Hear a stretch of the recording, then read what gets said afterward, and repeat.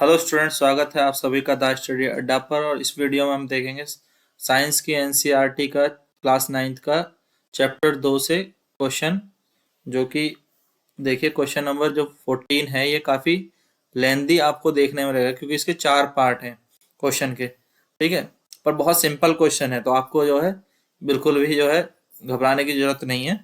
तो देखें, तो ये क्वेश्चन पहले मैं बता देता हूँ क्या कहना चाह रहा है। तो प्रज्ञा tested the solubility of 3 different substance at different temperature, ठीक है, and collected the data as given below.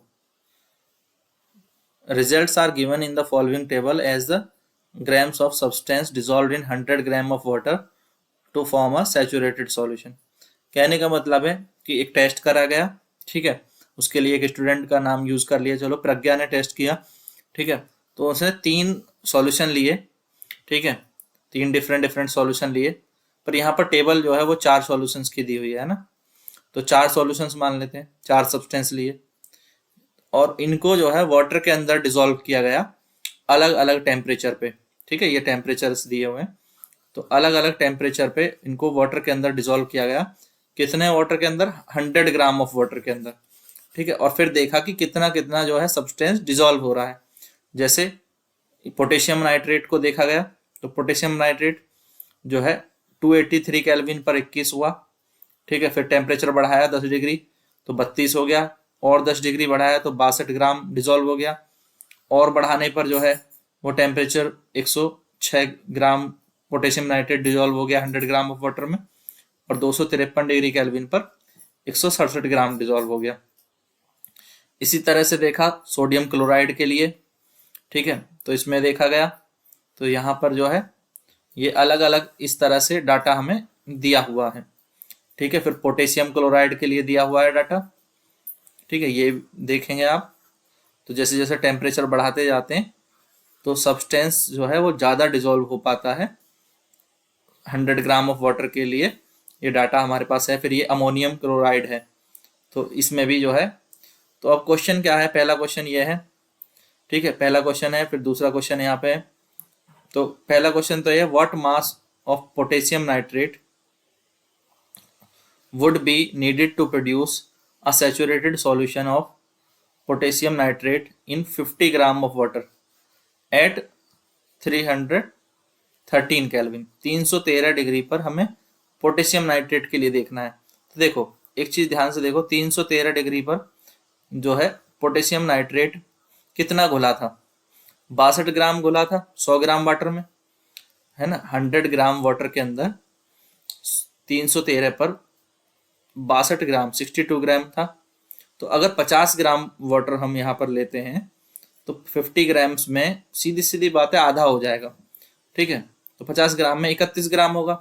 तो इसको आपको लिखना किस तरह से, देखो तो क्या क्या आपको शो क्या करना है, यहाँ पे देखेंगे तो दिया है कि 313 ग्राम पर जो है 62 ग्राम KNO3 डिसॉल्व होता है 100 ग्राम ऑफ वाटर में। तो अब वही 50 ग्राम में कितना डिसॉल्व होगा, तो 62 गुणा 50 बटे 100, तो 31 ग्राम डिसॉल्व हो जाएगा। सिंपल है, 62 ग्राम डिसॉल्व होता था 100 में, तो 50 में कितना होगा, बस सॉल्व कर लो तो आ जाएगा 31। ठीक है, सेकंड जो क्वेश्चन था, देखो सेकंड क्वेश्चन को देख लीजिए। सेकंड क्वेश्चन क्या कह रहा है, Pragya makes a saturated solution of potassium chloride. ठीक है, सैचुरेटेड सॉल्यूशन बनाया इन वाटर एट 253 केल्विन। ठीक है, 253 डिग्री केल्विन पर, and leaves the solution to cool at the room temperature. फिर उसको ठंडा होने के लिए रख दिया, और कमरे के तापमान पर ठंडा होने के लिए रख दिया। तो उसने क्या ऑब्जर्व किया होगा जब वो ठंडा हो रहा था? तो देखिए होता क्या है कि जब KNO3 का आप जो है सैचुरेटेड सॉल्यूशन बनाएंगे और उसको अगर ठंडा होने के लिए रख देंगे, तो जब वो ठंडा होगा तो उसमें कुछ क्रिस्टल आ जाएंगे। ठीक है, उसमें से कुछ क्रिस्टल बाहर आ जाएंगे, क्योंकि जैसे जैसे जो है टेम्परेचर डिक्रीज होगा तो पोटेशियम क्लोराइड की सॉल्युबिलिटी जो है वो घट जाएगी। तो यानी अगर मान लो 253 डिग्री केल्विन पर इसमें जो है 30 ग्राम